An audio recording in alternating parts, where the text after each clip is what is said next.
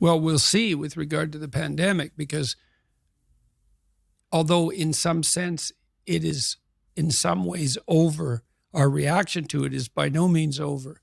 And part of the reason that we overreacted, I would say, so precipitously to it is that we were unprepared for such things in our naivety. And then we rushed to imitate a totalitarian society in the immediate aftermath of the pandemic emergence. And that's something that everybody should think about a lot. And we're not done with all that totalitarian nonsense yet.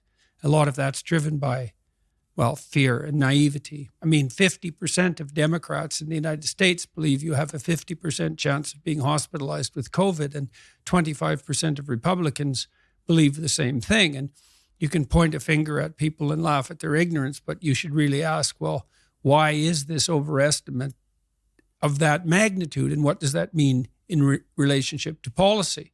And I've had conversations with people advising at the highest level of government, particularly in Canada, who've told me flat out, and they're very reliable sources, that none of the COVID policy for the last year was driven by reliance on science.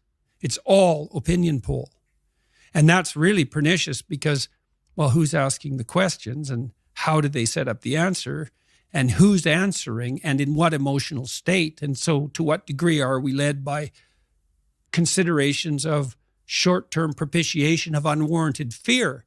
Well, that's no way for free people to live. It certainly won't work in the long run. We're already seeing tremendous supply chain disruptions and likely the emergence of an inflationary pressure that we haven't experienced since the 1970s in the aftermath of the oil shocks. And none of that has sorted itself out yet.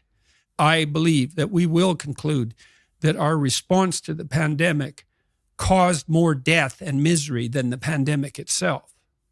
And we have no end game in sight.